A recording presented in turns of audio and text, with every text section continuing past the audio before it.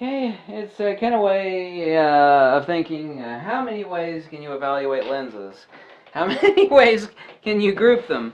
And the way that I do that is if someone, well, more than a specific person, but many people, keep asking me the same question over and over again, then I feel like I have not answered it, even though I have in one way, shape, form, or another. And the question is like, what are the lenses that you just can't live without? In other words, you'd like have a panic attack if you lost it. Thankfully, I've got more than one of each one of these. That's not doesn't make any difference. These are the three lenses, and all of these are cheap. $200 used, $200 used, like $190, and $400 new. That I would consider anybody to be just a flat out,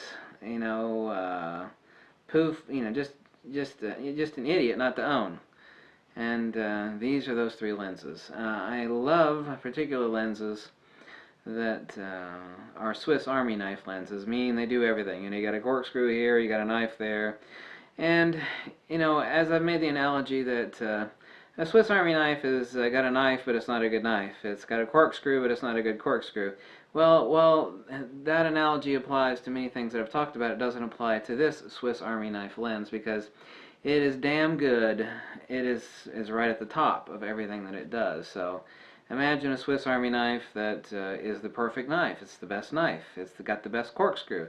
Well, that's not the case with a Swiss Army knife, but it is the case with a 60mm f2.8 D series, not the G series, but the D series autofocus Nikon. This lens is perfect. Which one? Full frame or DX? What do you think? Both. Perfect for both. While it is true that every millimeter counts in macro, there is no other lens that exists that I've owned them all. There's no other lens that that steps to this. This is the absolute pinnacle of does everything and makes you breakfast too. Perfect reproduction lens, a perfect general purpose macro lens, perfect normal lens, perfect portraiture focal length for DX, perfect normal lens. Normal still falls within the range of 45 millimeters to 60 plus millimeters for FX, and this 60 millimeter is still a perfect normal lens.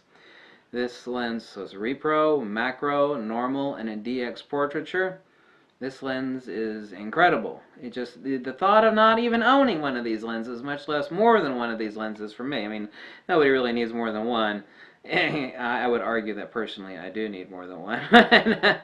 $200 used all day long. Nikon is probably not going to make this lens a lot longer. It's surprised that they still do make it. I said I would not buy a new one because it's so expensive, but I mean, there's nothing wrong with buying a new one. But you can buy a used one all day long for $200. There's tons of them out of Japan. And you should ask yourself why the Japanese the Japanese have cornered the market since this lens came out for ages. The Japanese know something that you don't know, and that is that this lens is awesome. It's the tits. It's silk, sex, and sugar. You're just a flat-out idiot, and if you don't own this lens, you're a moron.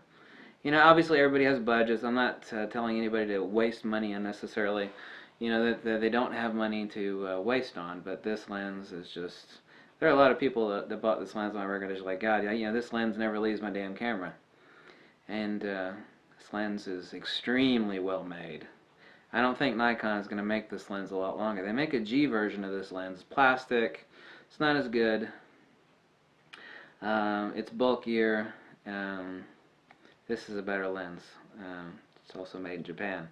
So I can never recommend this lens highly enough. There's 7 magic focal lengths, and 35 is certainly one of them. If you asked all the professional photographers in the world, they would all say, well, if you can only have one focal length lens, what would it be? They'd tell you a 35 millimeter. It's like you can have one lens glued onto your camera forever. What would it be? It'd be a 35 millimeter of some sort. Nikon still makes this old D series 35 millimeter f2. It's an autofocus lens. They still make this lens for a reason. That is because this lens is the tits. It's incredible, it's awesome, it's amazing, it's mind-blowing, it's stunning. The sharpness, the color saturation, the depth, the rendering on this lens is phenomenal. Usually you can find these lenses out of Japan for like anywhere from like $170 to $190. I found more than a few of them for $170, sometimes $160, but this lens is incredible. It's like, well, it's only an f2. Well, so what? My favorite lens in the whole world is an f2 35mm Zeiss. That's a manual focus lens, and that lens ain't cheap. This lens is cheap, and it is incredible. This is literally another lens that you're just an idiot if you don't own it. It's that damn good. Now the question is FX or DX? The answer again is both. 50mm equivalent on a DX, and obviously, with slight wide on FX full frame, incredible. Lens can't be touched. There have been like, God knows how many tens of thousands. Nikon. Tokina hasn't even given me a T-shirt. I've probably sold like a bazillion of these lenses for Tokina. The 100mm f2.8. It's a macro lens. It's also perfect for portraiture. You're just a flat-out idiot if you don't own this lens. Don't take that personally. You're an idiot if you don't own this lens. This lens is $400. This lens is incredible. It's stunning. It's beyond. It's kind of like finding somebody that just had half their brain removed, and they're selling their Rolex, their gold Rolex for $100. Like, yeah, that's a real Rolex. Yeah, By the way, I bought a camera today that was incorrectly marked. I saved myself $300 on a Fuji X Pro 2 today because somebody had a brand new Fuji X-T2 accidentally marked $300 less than what it should be, and I was like, yeah, score! So I got that. Talk about a bargain, man. Whoa! I was like, is that price wrong? Well, it was wrong, but I got the camera and it's on its way to me. Anyway, Tokina 100mm f2.8, just silk, sex, and sugar. The tits, the bomb diggity, whatever the hell you want to call it, just tougher than woodpecker lips. All three of these lenses are idiot lenses, and what does that mean? That means that if you don't own these lenses, then I think you're an idiot because they're insanely cheap. They're insanely off the scale awesome. On a scale of 1 to 10, all of these lenses just smoke 10 in the dirt. It's just off the scale. Value, color rendition, saturation, everything. Especially these two. These are multi-purpose. You got portraiture and macro. It's an awesome lens for portraiture. It's an awesome macro contrast. The color saturation is through the roof. I know somewhere over in Japan, because this lens has been backordered forever because of me. Somewhere in Japan, guys at Tokina are going, oh, we keep getting so many orders for Tokina. They're wondering where all the orders are coming from for this lens, because this lens has been out of stock forever. It's just starting to get back in stock. They're like, more Tokina 100mm. The orders for this thing must have like went up 20-fold within like a very, very short period of time, and they've stayed there. And everybody that owns this lens is just happier than a pig in crap, happier than a pervert in a porn store, happier than a woodpecker in a lumber yard. So what's the difference? This is a macro and that's a macro. Well, every millimeter in macro counts.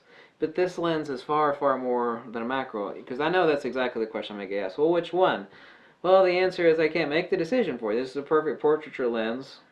100mm is a perfect portrait lens. There are better 100mm portraiture lens like 105 f2 DC Nikon, which I love that lens to death, but that's a $1,000 lens. Is it $600 better than this Tokina? No, it is better on the bokeh. It's better on the depth of field rendering, and the bokeh is rendered, but not drastically. Not $600 more, and it doesn't do macro. This does macro, and macro is a bundle of fun. But both of these are Swiss Army knife lenses. And this is the one lens that I wouldn't even think of living without. And it's perfect. It's even perfect with an adapter on the mirrorless. All these lenses. Anyway. So these are the three idiot lenses. And I call them idiot lenses because if you don't own them, then I think you're an idiot. Don't take that personally. Okay? Have a little sense of humor, for God's sakes. But dead serious about these lenses. Flat out serious as a heart attack.